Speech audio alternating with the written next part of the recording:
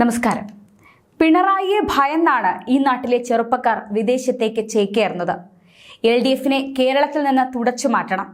പാവപ്പെട്ട ചെറുപ്പക്കാർ രാത്രിയും പകലും ഉറക്കമില്ലാതെ പഠിച്ചു വാങ്ങിയ ജോലി നൽകാതെ എന്തിനാണ് കേരളത്തിൽ ഇങ്ങനെയൊരു സർക്കാർ?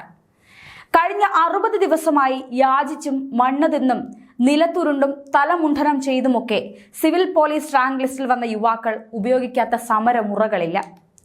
സഹന സമരം ചെയ്തിട്ടും എല്ലാം ശരിയാകുമെന്ന് പറയുന്ന സർക്കാർ മുഖം തിരിക്കുകയാണ് ഇവരോട്. സ്വന്തം മകൾക്ക് കോടികൾ വെട്ടിക്കാൻ ഇട്ടുകൊടുക്കുന്നതിന്റെ പകുതി മനസ്സ് മാത്രം മതി ഈ ചെറുപ്പക്കാർക്ക് ജോലി ലഭിക്കാൻ. ഇടത് പാർട്ടിയെ വെളുപ്പിക്കാൻ നടക്കുന്ന സഖാക്കന്മാർക്കോ യുവജന കമ്മീഷനോ ആർക്കും ഒന്നും മിണ്ടാൻ സമയമില്ല. 60 ദിവസം ഈ ചെറുപ്പക്കാർ റോഡിൽ തീർത്തത് അവരുടെ സ്വപ്നങ്ങളായിരുന്നു. അതൊന്ന് കാണാൻ പോലും ഈ സർക്കാരിന് സമയമില്ല. മുഖ്യമന്ത്രിക്കെതിരെ ആഞ്ഞടിക്കുകയാണ് ഈ ഉദ്യോഗാർത്ഥികൾ.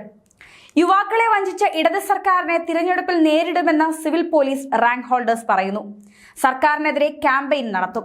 അവസരം നൽകാൻ വിമുഖത കാണിക്കുന്ന സർക്കാരാണ് പിണറായി സർക്കാരെന്നും യുവാക്കളെ പരിഗണിക്കാത്തതിൽ സർക്കാരിന് തിരിച്ചടി ഉണ്ടാകുമെന്നും ഉദ്യോഗാർത്ഥികൾ മുന്നറിയിപ്പ് നൽകി. സാമ്പത്തിക പ്രതിസന്ധിയുടെ പേരിലാണ് പോലീസിലെ ഒഴിവുകൾ PSCക്ക് റിപ്പോർട്ട് ചെയ്യാത്തതെന്ന് ഉദ്യോഗാർത്ഥികൾ ആരോപിക്കുന്നുണ്ട്.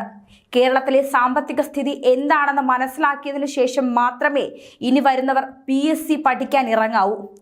മെച്ചപ്പെട്ട സ്ഥിതി അല്ലെങ്കിൽ പുറം രാജ്യങ്ങളിൽ പോയി രക്ഷപ്പെടാനും മറ്റൊരു ഉദ്യോഗാർത്ഥി നിർദ്ദേശിക്കുന്നു. തിരഞ്ഞെടുപ്പ് പടിവാതിൽക്കൽ എത്തി നിൽക്കുകയാണ്. ഞങ്ങൾ ഈ 10,000 കുടുംബങ്ങളും സുഹൃത്തുക്കളും കുടുംബാംഗങ്ങളും ബന്ധുക്കളും ഉണ്ട്.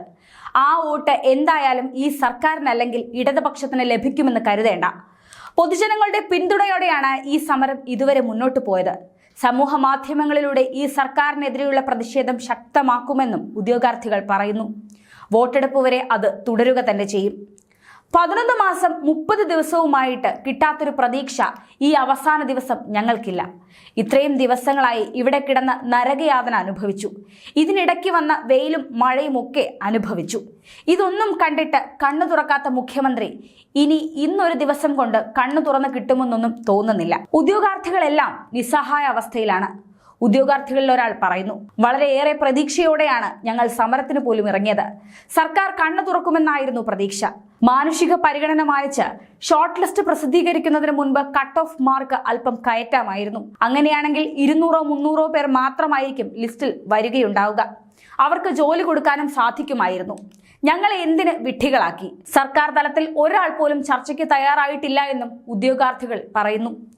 Civil police officer rank list അവസാനിക്കാൻ ഇനി മണിക്കൂറുകൾ മാത്രം ബാക്കി നിൽക്കെയാണ് ഉദ്യോഗാർത്ഥികൾ നിലപാട് കടുപ്പിക്കുന്നത്. ഇന്ന് അർദ്ധരാത്രി 12-ന് അവസാനിക്കുമ്പോൾ 9,946 പേരാണ് തെരുവിലേക്ക് ഇറങ്ങുക. 2023 ഏപ്രിൽ 13-നാണ് 7 ബറ്റാലിയനുകളിലായി 13,975 പേരുടെ റാങ്ക് ലിസ്റ്റ് നിലവിൽ വന്നത്. 4,029 പേർക്ക് മാത്രമാണ് ഇതുവരെ PSC അഡ്വൈസ് മെമ്മോ നൽകിയത്. മുൻ റാങ്ക് ലിസ്റ്റിലുള്ളതിനേക്കാൾ 3,035 പേരെ കൂടി നിലവിലെ ലിസ്റ്റിൽ ഉൾപ്പെടുത്തി പ്രതീക്ഷ നൽകിയാണ് സർക്കാർ വഞ്ചിച്ചത്. ലിസ്റ്റിൽ ഉൾപ്പെട്ടവരിൽ പലരുടെയും പ്രായപരിധി കഴിഞ്ഞതിനാൽ ഇനി പോലീസ് സേനയിലേക്ക് അവസരം പോലുമില്ല.